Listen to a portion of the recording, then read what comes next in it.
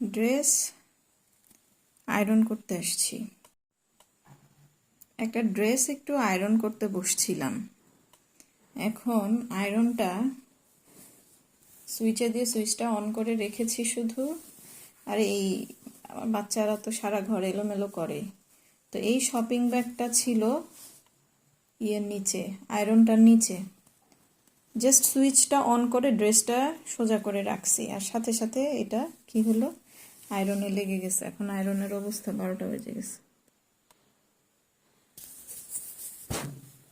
দেখছেন কি অবস্থা? এখন এটা কিভাবে রিমুভ করব? বাচ্চাদের জন্য সব উপরে রাখতে রাখতে আমি কোনো জিনিসই খুঁজে পাই না। আমার বাচ্চারা এত দুষ্টামি করে। কিছুদিন আগে একটা ভিডিও দিয়েছিলাম যে আমার বাচ্চারা তরতর করে এমনি এমনি বড় হচ্ছে, তো ওইটাতে খুব পজিটিভ